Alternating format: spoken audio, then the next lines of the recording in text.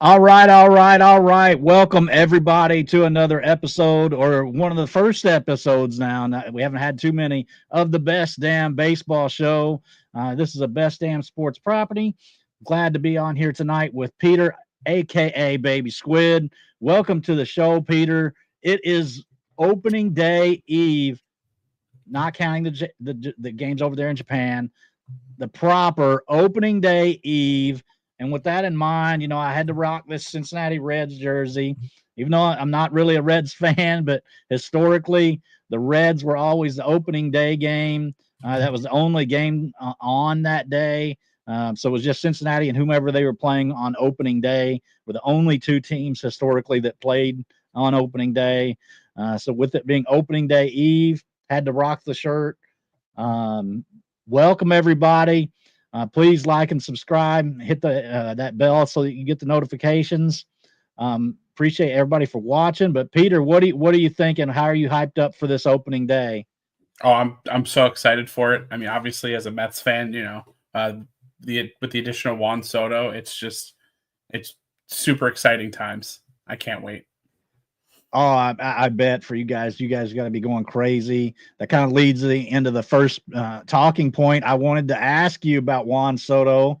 That was thankfully we got that news pretty early in the off season. Didn't have to wait too long to hear about that and to see that go down.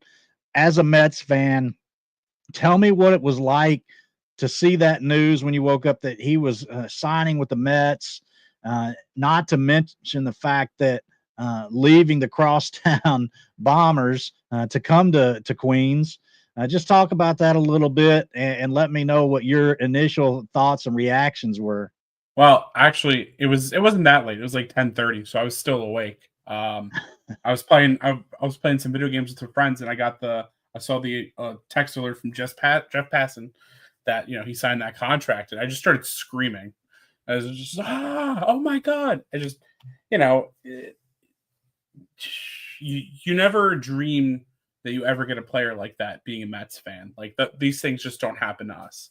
Um, so everyone was kept talking about he was going to go to probably back to the Yankees, and I kind of accepted that as the reality of what was going to happen. And then he chose the Mets. Whether it's I've heard conflicting reports that it was just because of the money, if it was just because of he liked the Looks Mets' like you have a chances fan overall. club over here, Peter. Oh, thank you. Love you too.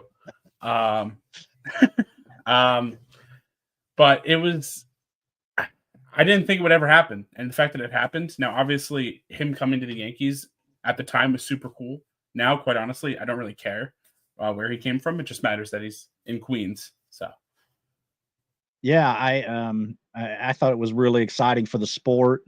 I'm first and foremost, an Atlanta Braves fan, so I will have to put up with some demons throughout the year, seeing those bombs go off when he hits those homers, especially against the Braves. But um, even bigger, I'm just a diehard fan of the product of the sport of baseball.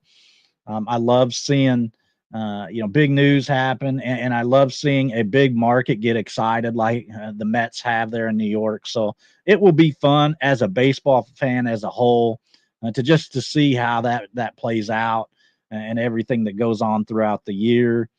Um, I just can't imagine what those fans are going to be doing whenever he hits his first game winner for the Mets and that kind of thing.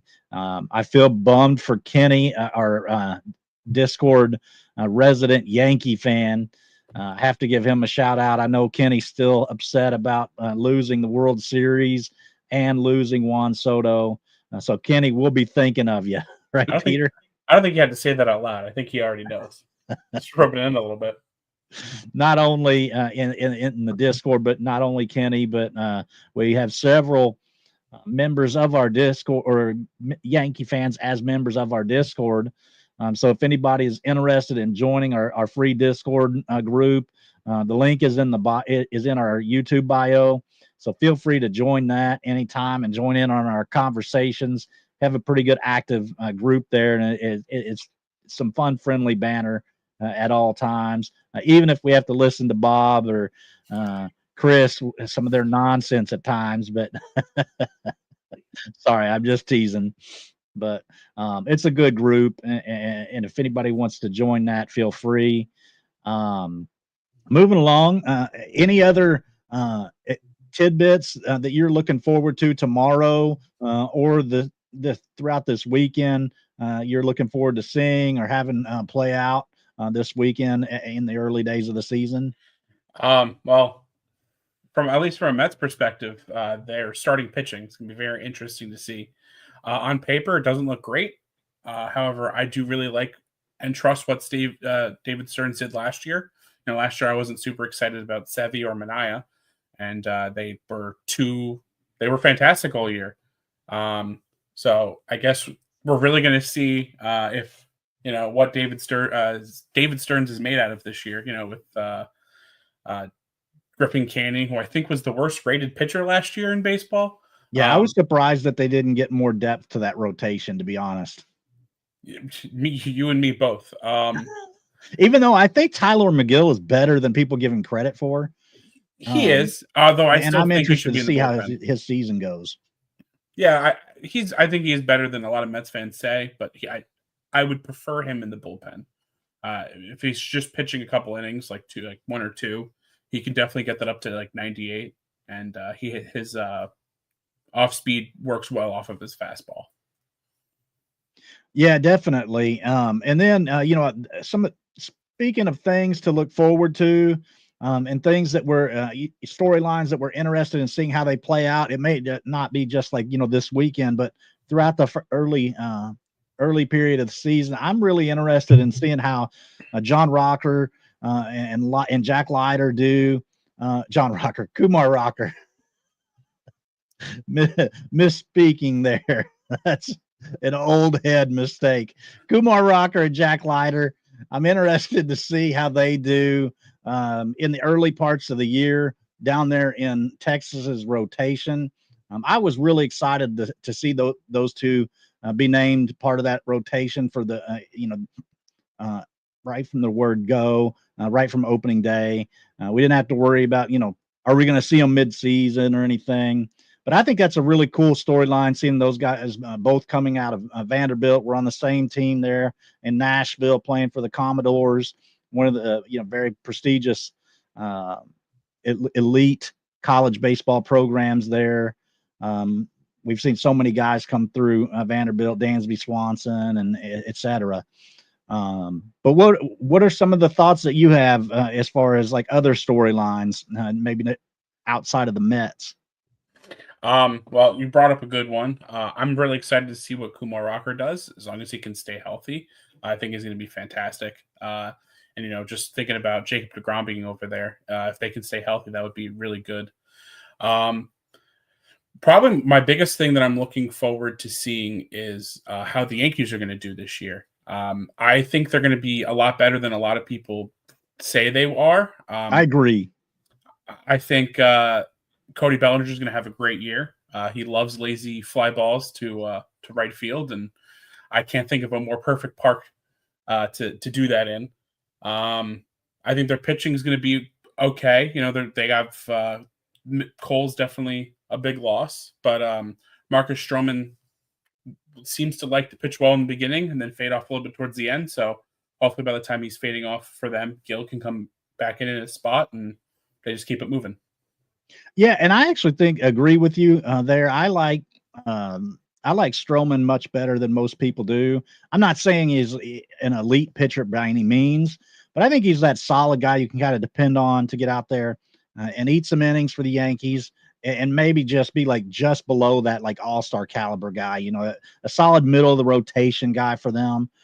Even though there was question marks at the beginning of camp whether or not he would even make their rotation. But we saw the Cole injury and other things play out.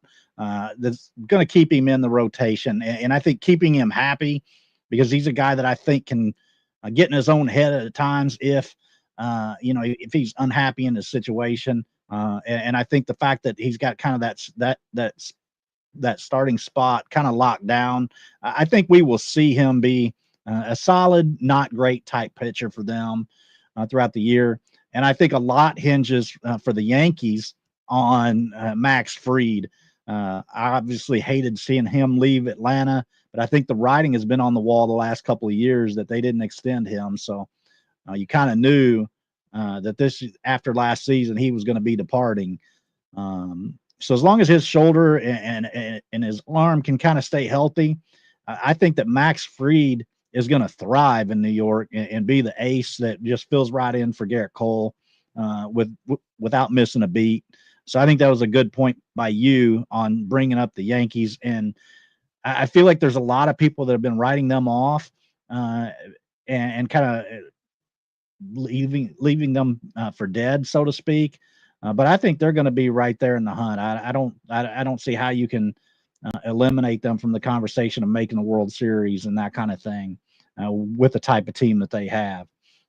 So that was a good point by you. And kind of staying in the American League East, I kind of wanted to touch on the Toronto Blue Jays.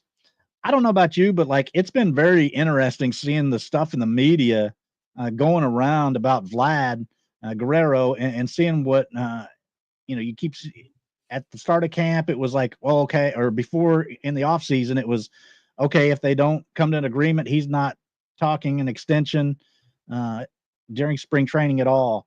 And then we got to spring training, and here they're still talking, and then now here as we're approaching opening day, we're hearing rumors on TV. Jim Bowden coming out the other day saying that he thinks a deal will get done before opening day, meaning the start time. So, like, what do you think? You think this is going to be close? You think they're going to be able to come to an agreement or anything? I think it's certainly much more likely than it was a couple months ago. When Juan Soto signed that contract with the Mets, people were talking about it having potentially just completely alter free agency and, players that were on their last year just refusing to re-sign because they might be able to get that much money. But I think players starting to see that Soto was the exception, not the rule. So I don't think that Vlad's going to get anywhere near the money he wanted in free agency if he were to go. So I think he's willing to relook at staying with the Blue Jays, which they have money to spend. They try every big name free agent that gets out there, but re-signing Vladdy would certainly show their intentions as trying to compete in that division. Yeah, and it's been so weird because kind of one of the last things that we heard as far as like numbers and that kind of thing, it seemed like the two were really far apart. The offer from the Blue Jays had come in with a lot of deferrals that kind of diminished the present day value of the deal. And it seemed like they were nearly $100 million apart in present day value of the deal. So it didn't seem like it was even close. And then when in the last couple of days, we started hearing some rumors in the media about a possible extension coming together in the closing seconds of spring training and opening day. It was just really bizarre to me to see that news come out or that rumors come out. So I didn't know what your thoughts were and whether or not you kind of thought that they would even be able to make a deal. It's just a very interesting scenario how that's played out. No, yeah, it's I honestly, like everyone else, kind of assumed that he wasn't going to re-sign with them. I was quite surprised when it came out that it very well could happen and soon. Yeah, exactly. Another thing that storyline that I think is not getting much attention that I think is very interesting, and partly because I am an Atlanta fan, is I was very critical of the team in the offseason for not upgrading at the shortstop position. Orlando Arcia was pretty terrible at the plate last year. I don't think he's an elite, like Gold Glove kind of defender either. So it's not like you can just lean on one side of the ball or one side of the field and say, well, it's his defense. We just got to kind of make an exception here, and because he's not that with the glove. And he was atrocious at the plate last season. So I was really critical of the Braves and their front office. I thought they did a decent job of kind of addressing the outfield situation, bringing in Jerks and Profar But I really was critical of how they didn't really upgrade shortstop in the offseason. But then you saw that they brought in Nick Allen, who, at one time he was kind of seen as the future of the shortstop position for the Oakland A's there for a while, but he just could never put it together in the big leagues. Kind of struggled there pretty mightily, even though he was always an elite defensive player. Definitely one of, his hallmark was how good his defense was, all through out the minor leagues and that kind of thing. But then when he got to the big leagues, he just couldn't hit. In spring training, he's been hitting the ball pretty well. So I think that's going to be a very interesting storyline. Do the Braves give up on Orlando Arcia if he doesn't hit the ball in the early part of the year and try to turn it over to Nick Allen? I know that's kind of you would think that's kind of a lame storyline, but I think that's very intriguing because you're talking about a team that is not just, they're not some middle of the pack projected club. And you're talking about a club that could contend for the NL East, potentially make a deep run in the playoffs as well. And one of their key positions is kind of unsettled. Now, what is your thoughts about that? What do you think about Orlando Arcia, and is he somebody they can rely on? Well, I know, Aaron, it's crazy. I still pick the Braves to win the division this year, so I think either way they go, they're going to be okay. The Braves do have that devil magic that they just pick a player off the scrap heap and he turns into a semi all-star. So, I mean, he wasn't very good last year, but baseball's a funny game. So we'll see what happens with that. But I do think that the Braves are going to be good overall, and it won't be an issue. Yeah, I was really upset that they didn't upgrade that position in the off season. But then, as the spring kept going, and you're like, is Nick Allen going to steal this position? I mean, if you look at the numbers, I mean, this guy, he only had basically the equivalent of one season's worth of at bats in Oakland. So it's not like he was some guy that has a long history of struggles at the plate. It's basically one bad season's worth of at bats. So if he were to overtake Arcia and they give him a chance, who knows what could happen, because I just think they've got to do something. If Arcia is not going to hit the ball, they've got to go with the better glove, and Nick Allen is the better glove in that regard. So that's why I had to bring it up as an interesting storyline, even though we're talking about two players that I'm sure don't gather a lot of interest outside of Atlanta going into the season. I wanted to. Have you had a chance to see the Cam Smith call up video? Because I wanted to go ahead and transition into that.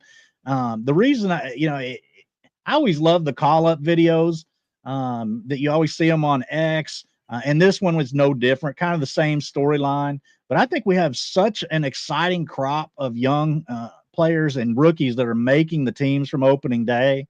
And this one just hit me, so I wanted to share this and get your reaction and maybe some reactions from our viewers. But this came out either yesterday or the day before. I can't remember which one. But this was the video of Houston letting Cam Smith know that he made the team. Here, I'll hit play on the video. I'll pull it up. One day I became a manager. I wanted to make this special for someone, and I'm about to do that. I always said, like, if someone tells me, Joe, you're going to the big leagues, who will be the first person you will call? Who will be the first person you will call? I say my mom, my dad, my family, right? Because I think you want to share with someone who's been there for you from day one. Little league, travel ball, good days, bad days. So we're about to do that right now. So I'm going to make a phone call to someone, and that someone's going to come out here. It's got a special announcement to do, okay? Let's see if I can find this number. Hello? Are you here? Okay.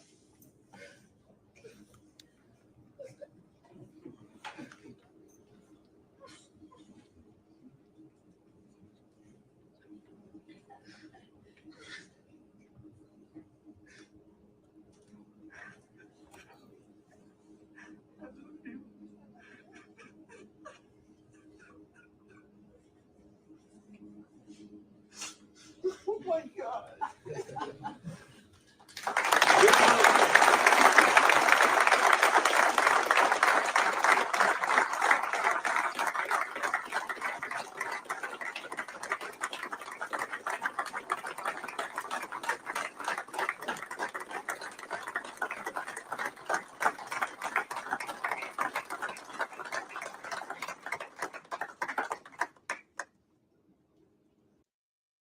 Just what a cool moment, man. Like, I know, like, it's kind of touchy feely and that kind of thing.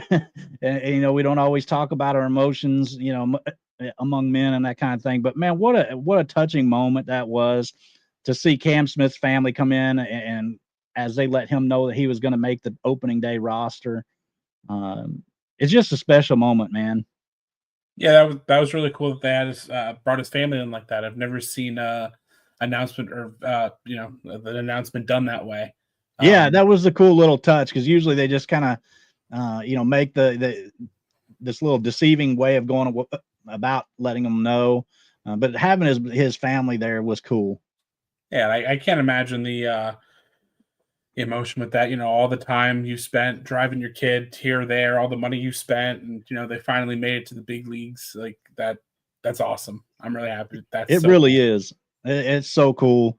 And then not only Cam Smith, but man, we have a lot of young guys making their maybe not debuts, but making the opening day roster throughout the league.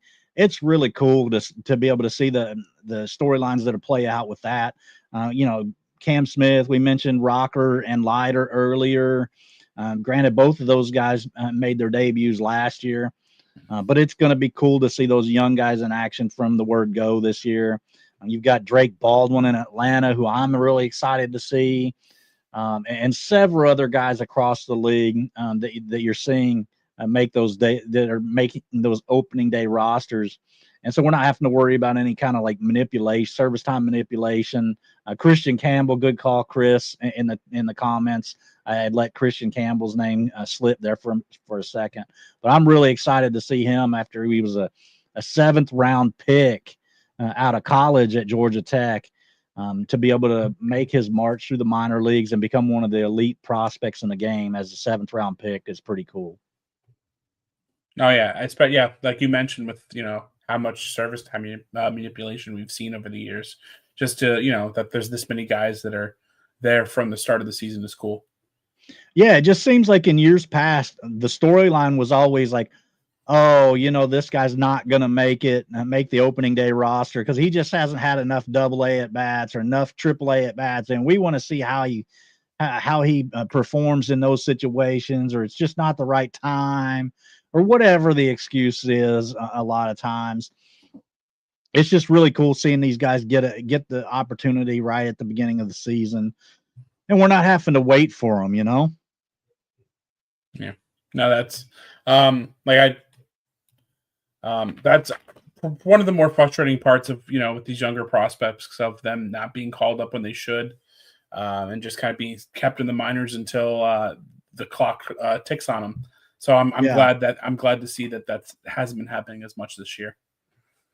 Yeah, for sure. And then we're talking about the early part of the season. We're talking about spring training and that kind of thing. So one of the other things that I wanted to bring up and get your opinions on is, because we always love to pick on the umpires, right? Is the automated ball strike system. That's something that they tested out throughout spring training this year. And it was surprising to me that you had a lot of players coming out as kind of, against it a little bit. To me, that was a little bit unusual. It's not what I expected because it seems like over the last few years, fans have been really clamoring for the automatic ball strike system to come in and not have to worry about, the umpires having the human error element of the game anymore. So what do you think of the automatic ball strike system? And if you're in favor, what kind of ABS system would you be more in favor of?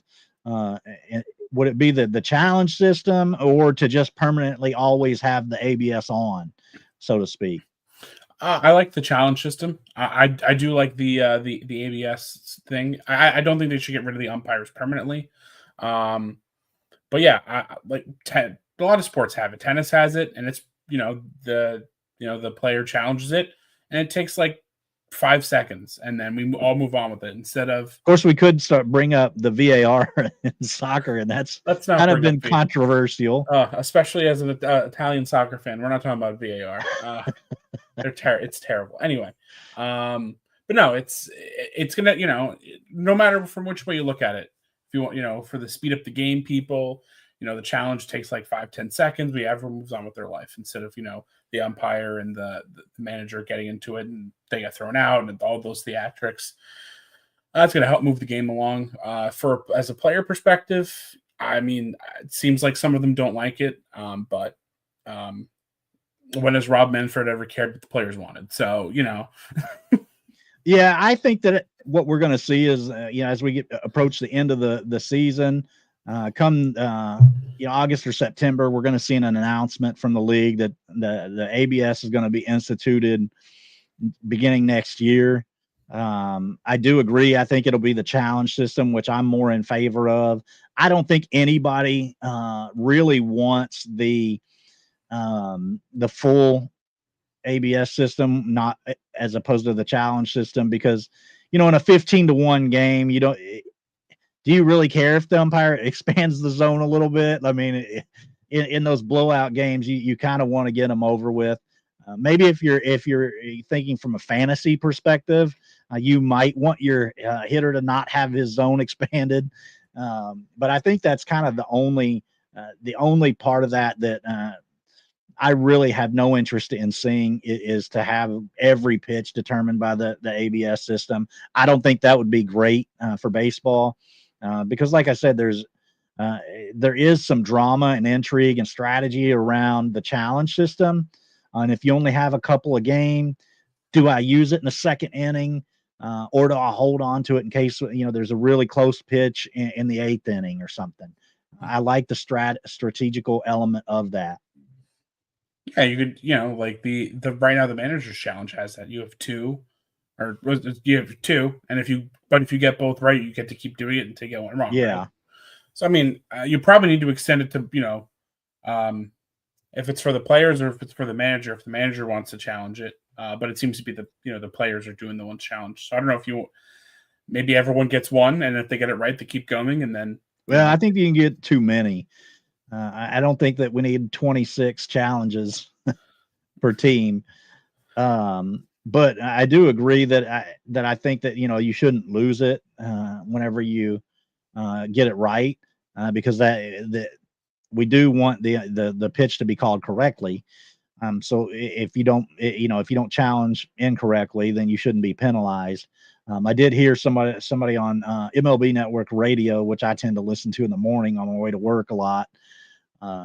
They were saying yesterday that they thought you should only get two and you shouldn't get more. And I would be pretty opposed to that. Yeah, I mean, if you're looking to limit it, you can make it so you can't use it before the fifth inning unless there's a player in scoring position. Then you can use it. I don't know. There's a lot of different ways you can take. But I agree. You shouldn't not be able to do one after just because you used it and you got it right. So. The one point that they did make is that they don't think it should be open to be challenged by anyone other than the batter or the catcher. And I do kind of agree with that. I know a lot of people think the pitcher should be able to challenge. And I apologize, I don't have the statistic in front of me. But the statistic that they gave from the minor leagues last year and spring training this year, in regards to how often the challenge was overturned when the pitcher challenges the pitch or the call, was actually very low. So usually, I mean, extremely low. I wish I remembered what the statistic was that they gave, the percentage of the times that the pitcher was right, basically. But most of the time, the umpire was right and the pitcher was wrong. Because if it was a correct, I mean, and this kind of like makes sense to me because if the pitch was called a ball and it should have been a strike, usually the catcher's gonna have the best frame of reference there, a much better vantage point than the pitcher because he's further away. So it kind of makes sense to me that you would just have that limited only to the catcher and pitcher. That makes perfect sense to me. They're both right there. Yeah.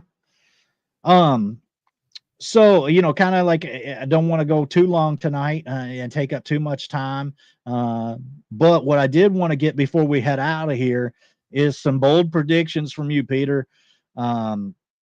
Give me kind of like a rundown of some bold predictions that you have, whether that's World Series division winners, whatever it is. What's your hot take for the season?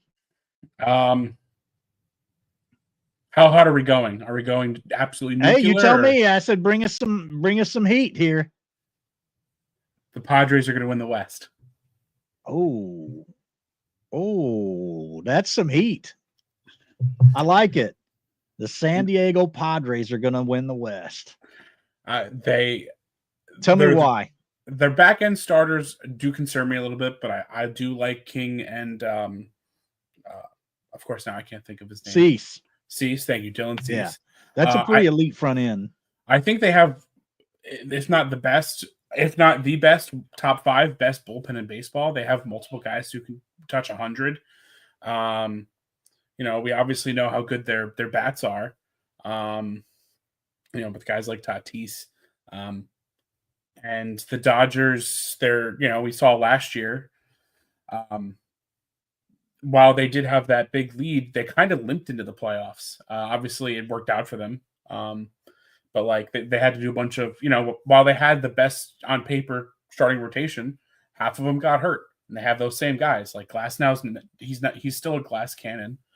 Who knows what Roki Sasaki is going to be like? Yeah.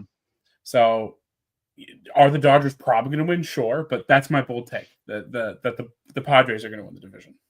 Yeah, I like it. That's a good one because the Dodgers are just kind of foreseen as this unbeatable juggernaut. So the Padres winning would definitely shock some folks. I love it. And I do agree with you that the front of their staff is really, really elite with Cease and King there. And I think that they have some intriguing bats as well. Obviously, Tatis out there and those guys and Jackson Merrill. And I actually am a Luis Ariz fan. I know he's one of the most polarizing hitters in all of baseball, especially among fantasy players.